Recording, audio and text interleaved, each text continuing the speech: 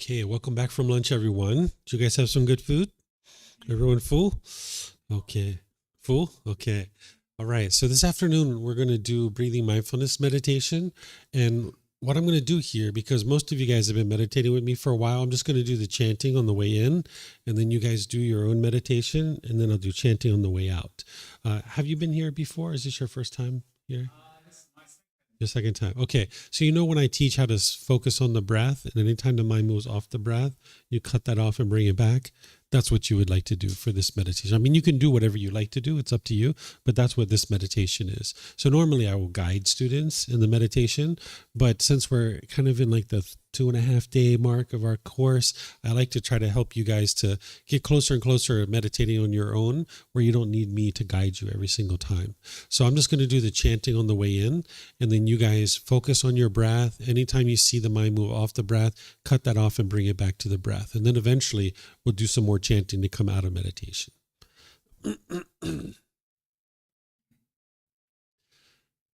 Arahang Samma Sambuddho Mahakeva Bhutang Mahakavanhang Apivateyami Savakato Mahakavata Tammo Dhammang Namasami Supatipano Mahakavato Savaka Sangho Sanghang Namami Namo Arhasa Bhagavato Arahato Samma Sambuddhassa Namo Arhasa Bhagavato Arahato Samma Sambuddhassa Namo Arhasa Bhagavato Arahato Samma Sambuddhassa Iti piso Mahakava Arahang Samma Sambuddho Vicacaranang Sammuno Sakato Rokavitu Anutero Purisa Dhamma Sati Satatawa Manusarang Bhutto Bhagavati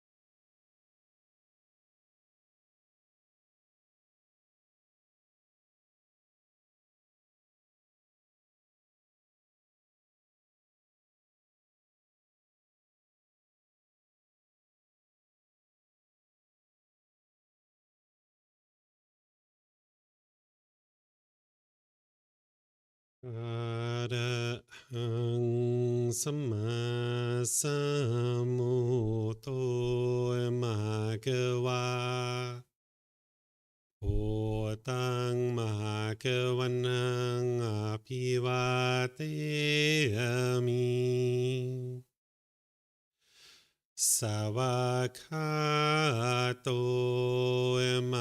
Bhagavata Dhammo Dhammang Namasami Supatipano Bhagavato Savaka Sangho Sanghang Namami Namo Rasa Bhagavato Arahato Samma Sambuddhassa Namo Rasa Bhagavato Arahato Samma Sambuddhassa Namo Rasa Bhagavato Arahato Samma Sambuddhassa Iti piso Bhagava Arahang Samma Sambuddho Vicacaranang Sammuno Sakato Rokavitu Anutero Purisa Dhamma Sati Satatawa Manusang Bhutto Bhagavati.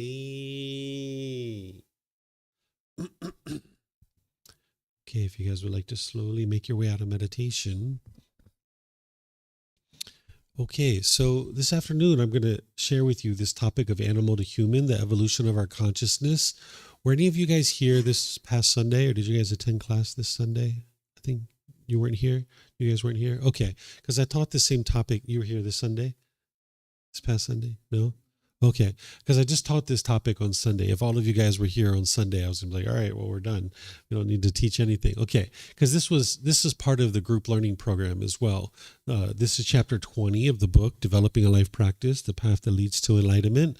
This is where I help students to be able to understand how your mind in the unenlightened state is functioning very much like an animal. And what you're doing on the path to enlightenment is you're becoming a better and better human being. You're shedding these animalistic instincts. And now that you guys understand a little bit about the ego, I actually don't need to teach you that part of it, because the first part, what I typically do is I teach people about craving, anger, and ignorance, which you guys already learned on Monday. I taught you guys a little bit of this. And then I usually teach you about personal existence view and conceit, which you guys just learned that before lunch, right? And then I explain how your current life and your previous lives have conditioned the mind to think in a certain way, that we basically pick up certain thinking in the way that we function and the way we interact in our day-to-day life through our various experiences in life. And our mind's been conditioned to think a certain way, because in the animal realm, we actually needed personal existence view and conceit. Without it, we wouldn't have survived.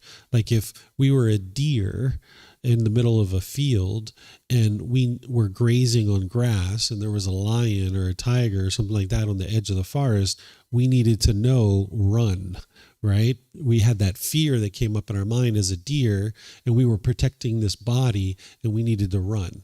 as an animal, we don't have the consciousness to make wise decisions. So we use that fear and it motivates us to leave. But then oftentimes as a deer, through that fear, we make a wrong turn. And next thing you know, the lion's caught up to us and it kills us and we're dead, right? So as an animal, this personal existence view helped us, as well as this conceit, having that pecking order. But in the human realm, we don't need this and we can actually shed this. But it was our previous lives and our current life that has conditioned our mind to have these things. This is the reason why the mind has these pollutions, that the mind's been conditioned to think that way over multiple times of being reborn in the animal realm so many times that we had this personal existence view and we had this conceit so many times that when we come into the human realm, the mind is conditioned that way. So there's these 5 realms of existence that I usually let people or help people to understand at this point in their development on the path to enlightenment, where I help them to understand each one of these realms, because beings are moving in and out of all these realms at different times. And it's helpful to be introduced to the cycle of rebirth. The cycle of rebirth is something that you're going to need to learn and understand as part of your journey to enlightenment. But oftentimes when people are first getting started, I suggested them to set it aside. It is something that can be independently verified, but you may not have that wisdom right now. So this is the point where I usually introduce people to the cycle of rebirth. And in volume 11, chapter 105, you will see 17 different criteria of how to independently verify the cycle of rebirth. So here, I can help you guys to understand this if you'd like. Are you guys interested in learning about the 5 realms of existence? If not, it's okay. You're not going to hurt my feelings. You can't hurt my feelings. No? Or yeah, you're interested? Okay, so I'll teach you guys this. Okay, so there's 5 realms of existence. There's the hell realm, the animal realm, the afflicted spirit realm, which we might consider to be ghosts. There's the human realm and the heavenly realm. The heavenly realm is formless beings that don't have physical form. All these beings are in the same time and space as us. Sometimes people think about the heavenly realm as being really far away and the hell realm being deep down in the core of the earth, but all these beings are in the same time and space as us. And some people can actually see these beings, the formless beings of heaven, afflicted spirits, and hell. Some people can actually see them. Even though they're formless, it's almost like fog where there's like little water droplets. It's like an apparition. And some people can see that. Some people can hear these beings because they're all in the same time and space as us. So some people can communicate with these beings and they can hear these beings. The Buddha taught the 5 realms of existence because this is what's truly happening. And he's teaching you what is true reality. If you could see these beings and you could hear these beings, or you started having residual memories of your past lives and you didn't understand this is true reality, you could actually think you're going crazy when these things are happening. So that's why the Buddha taught these things, because it's true reality. And as your mind's getting rid of this pollution, you're potentially able to now observe your past lives or see these beings in the various realms or even have communication with them. That's why it's important to know the cycle of rebirth, so that if any of these things are occurring, that you're familiar with that and your mind can remain stable and steady and just realize that that's normal. So the heavenly realm, these beings are formless. They experience exclusively pleasant feelings. And they can cultivate their consciousness to attain enlightenment, but they typically lack motivation to do so because they're only experiencing pleasant feelings. So they don't learn and grow and develop on the path to enlightenment. They're still in the cycle of rebirth. It's not a permanent existence. The heavenly realm is not permanent. And that's not the ultimate goal, to get to the heavenly realm. The ultimate goal is to get to enlightenment in this life. But if you happen to be reborn into the heavenly realm, you can get to enlightenment there. But oftentimes people or those beings don't actually train their mind because they only experience pleasant feelings. Here in the human realm, we have physical form, but we experience pleasant feelings, painful feelings, neither painful nor pleasant. So we tend to have built-in motivation to learn and grow and develop on the path to enlightenment because we don't like those painful feelings and we don't like the neither painful nor pleasant feelings. So we're typically motivated to learn and grow and develop on the path. But even still in the human realm, people can be complacent in the human realm too. Not as much as in the heavenly realm, but they're still complacent even in the human realm. So the human realm, they're able to get to enlightenment and they have more motivation to do so. We might describe the human realm as the ideal existence because we have that built-in motivation. The afflicted spirit realm, these are what we would refer to as ghosts. They experience painful feelings and neither painful nor pleasant feelings. They cannot cultivate their consciousness enough to attain enlightenment, but they can be reborn into these other realms, any different direction. They have extreme amounts of craving, desire, attachment to people, places, and possessions. This is where someone might say, my house is haunted.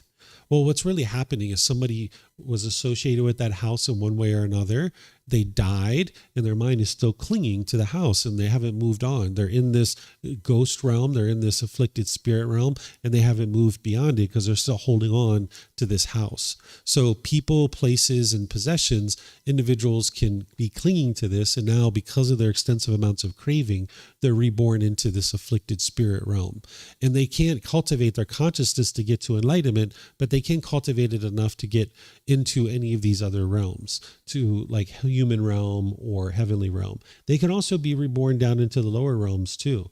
There's no like kind of like graduating steps here.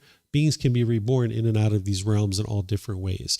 Heavenly beings can go down to hell, animal, afflicted, or human, or back into the heavenly realm. Humans can do the same thing. Same thing with these afflicted spirits. They can actually be reborn into any of these realms. Animals, they experience pleasant feelings, painful feelings, neither painful nor pleasant. They have physical form just like us. They can't cultivate their consciousness enough to get to enlightenment, and they tend to be functioning on basic survival instincts. They tend to kill, steal, have sexual misconduct, they play, they fight, things like this. So these animals, once you're in this animal realm, you're typically being reborn multiple times before you ever get a chance to move back up into one of these other realms. Because in the animal realm, sometimes, depending on what existence you're in, you have to kill just to survive, right? So you're constantly killing. So like an animal like a lion or a tiger or a snake would have a much harder time getting into the human realm or heavenly realm than like a being that's a turtle or a rabbit or an elephant. These beings don't typically kill. They can kill, but they don't typically kill, right? So they're more likely to be reborn into the human realm or heavenly realm. And a lot of beings that are in the human realm, they're coming from the animal realm. This is why some beings, when they're born into the human realm, they're like maybe a serial murderer or a mass murderer because they might have been a lion or a tiger in their previous life. And now they're used to killing. And now when they come into the human realm, they still have that in their mind. They're still killing, right? And some beings can actually come from the heavenly realm down into the human realm. And now they're born with less pollution in their mind and they're in a different place in their life than that person who's coming out of the animal realm. And then there's the hell beings, where these beings are experiencing exclusively painful feelings. They can't cultivate their consciousness well enough to be able to get to enlightenment.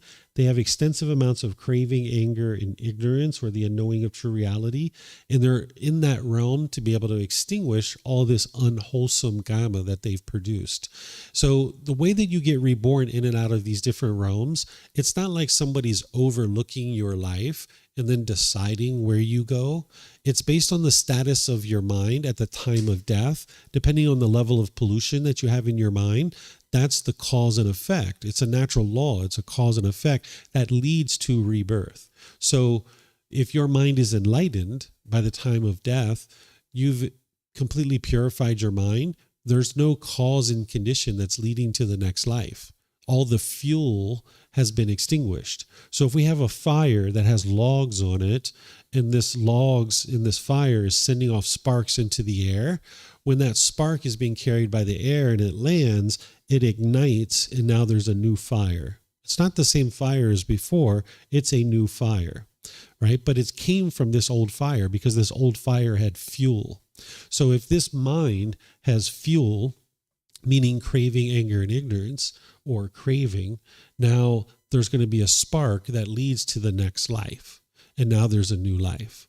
But if you extinguish all the fuel, there's no spark that leads to the next life. So at the time of death, depending on the level of pollution in your mind, that's what's going to determine which realm you're reborn into and what condition you are when you arrive into that realm. And if there's no pollution in your mind whatsoever, then there's no rebirth inside the cycle of rebirth at all. Excuse me. I was going to sneeze. Probably come in a minute. All right. So do you guys have any questions on this? This is just kind of a brief little overview of the 5 realms of existence. Anything you guys would like to ask about this? Of course you have a question.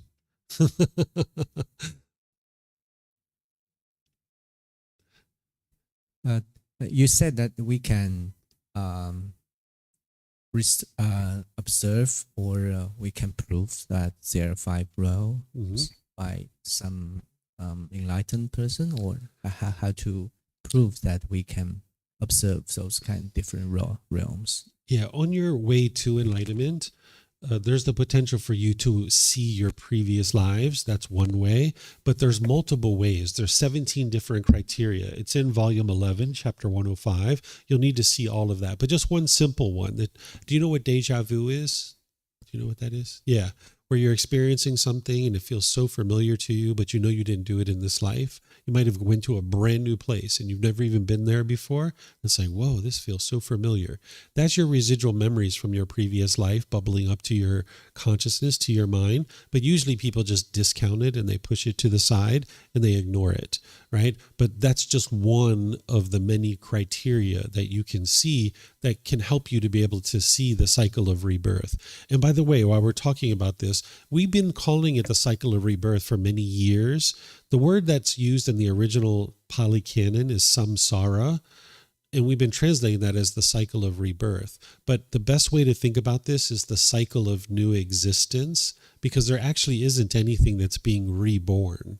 The Buddha, when he talks about this cycle, he talks about a new existence every single time. It's a brand new body and it's a brand new mind every single time. So there's cardboard box A and cardboard box B, and these cardboard boxes represent the mind. And there's contents in the cardboard box. Cardboard box A is a certain color, shape, texture, size, and so forth. At the end of this life, the cardboard box is going to dissolve. If there's contents, then it needs to go into a new box, right? But if there's no contents left in that box, then it's done. It's over with. There's no new box. So that's how an individual is experiencing this continuous cycle, that if you have contents in the mind, if you have craving, anger, and ignorance, if you have craving, that's what's going to lead to the next rebirth. So the craving and residual memories go from this box to this new box. That's the 2 minds, but it's a brand new mind. It's a brand new body every single time. So I call it the cycle of rebirth because that's what people are familiar with. But in this book, I share with people how it's better to think about it as the cycle of new existence, because it's a brand new existence every time. But in your mind, you'll have craving from your previous life and you'll have residual memories from your previous life. And that's how you experience it in this life. Those memories will bubble up to the surface and now you'll be experiencing it. So there's 17 different ways, and it's better to look at the book rather than me explaining them all to you, because some of them are dependent on teachings that are in volume 5. That's why it's in volume 11, chapter 105, because you need to learn all these different teachings. But you'll see it there if you'd like to look at it. Okay. All right.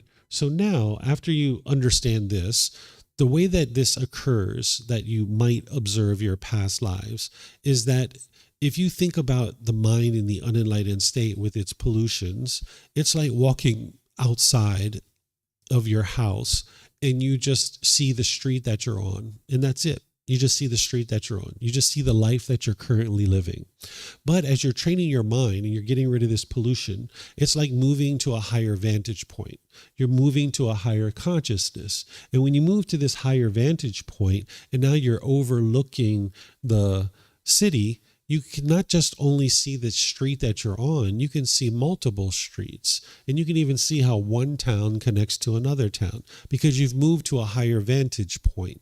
The same thing is true with your mind, that as you're getting rid of this pollution, you're moving to a higher consciousness. And now you can see more of your existing life and you can see more of your previous lives, potentially. Not everybody's going to see their past lives as part of their journey to enlightenment, but it's a potential that can occur.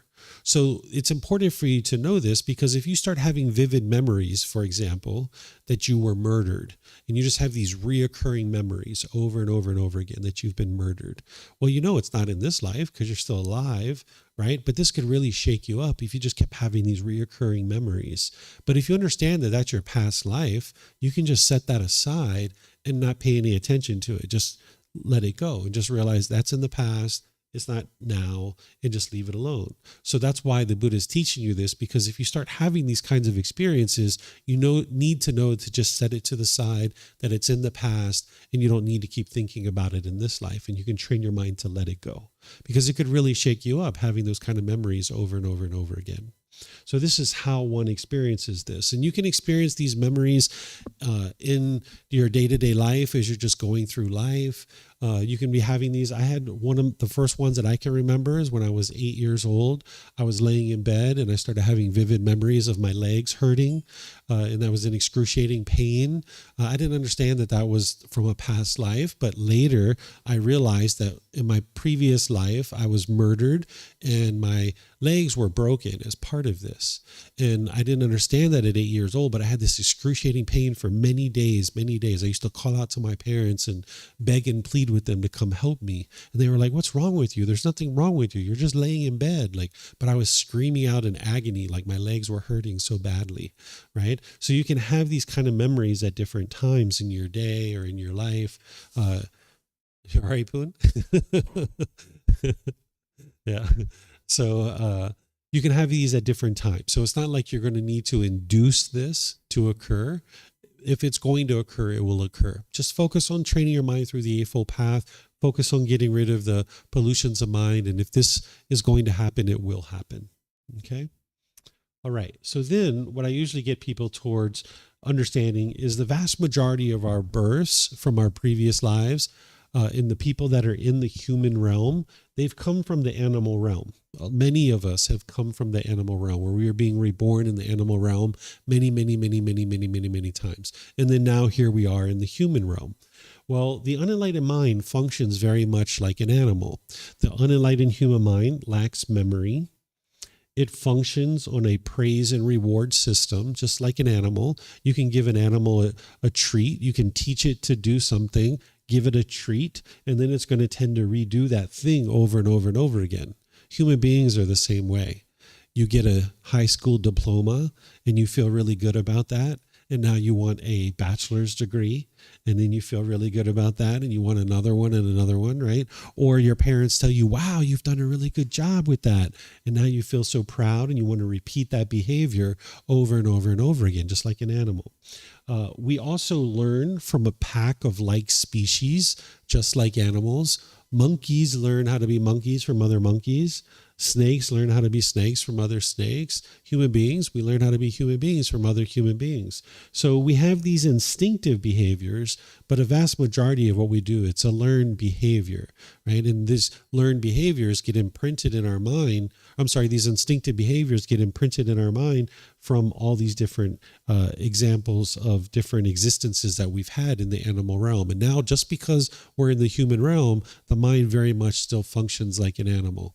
In fact, we have things that we say in the human realm. We say things like, "You're acting like an animal," right? Or "You're fighting like cats and dogs." So even though people don't know about this, what I'm sharing with you, that most of us are coming out of the animal realm and the unenlightened human mind is functioning like an animal, people understand to a certain degree, because we say, "You're acting like an animal," or "You're fighting like cats and dogs," right? This is us identifying animalistic qualities in this human being, and somebody's pointing that out. "You're fighting like cats and dogs. You're acting like an animal," because we're seeing those animalistic behaviors in that human being, right? So we say these things, even though people aren't familiar with the cycle of rebirth.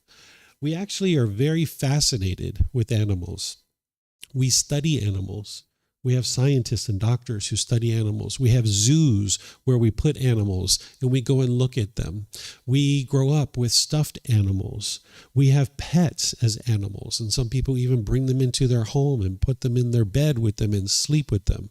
We even wear animal prints on our bodies, and we walk around with these animal prints because we're so fascinated with animals because of our previous existences as animals.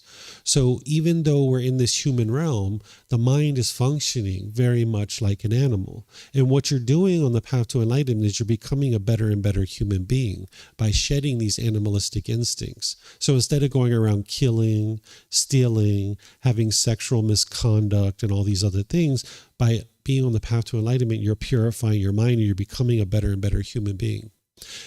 Human beings, just like an animal, right? Animals, if there's another animal that comes onto our territory, right? If the animal goes out and marks its territory, if another animal comes on our territory, right? Well, what do we do as human beings? We put a fence around our house, and then when someone comes close to your property, hey, get off my property. That's my property, right? We fight like cats and dogs, just like an animal, right? We're protecting our property, right? This is what a human being will do, is they will function very much like an animal. So we're not animals. We don't need to growl and roar at people, but you need to be able to see that as animalistic behavior. And what you're doing on the path to enlightenment is becoming a better and better human being. Because in the moment when you're yelling at your life partner, or you're arguing with your mom or dad, or you're about to get angry and bitter and harsh and hostile with your brothers and sisters, you can realize, that's that animalistic behavior. That's not what I'm interested in. I'm interested in becoming a better and better human being. Let me stop doing that, right? Oh, animals hoard their food, right? And this is what human beings will tend to do. They'll hoard their food and they won't want to share.